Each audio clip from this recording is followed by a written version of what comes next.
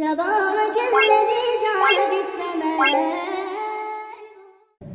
أعوذ بالله من الشيطان الرجيم.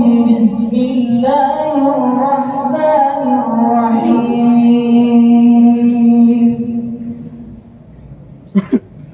وقال الذين كفروا لا تسمعوا لهذا القرآن والغوا فيه لعلكم تغلبون.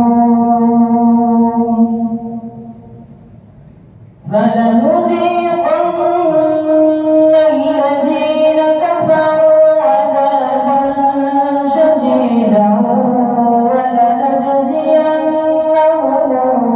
أسوأ الذي كانوا يعملون.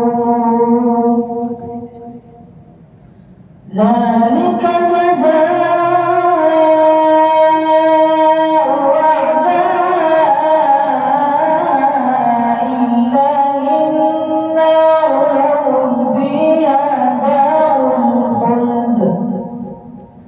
جزاء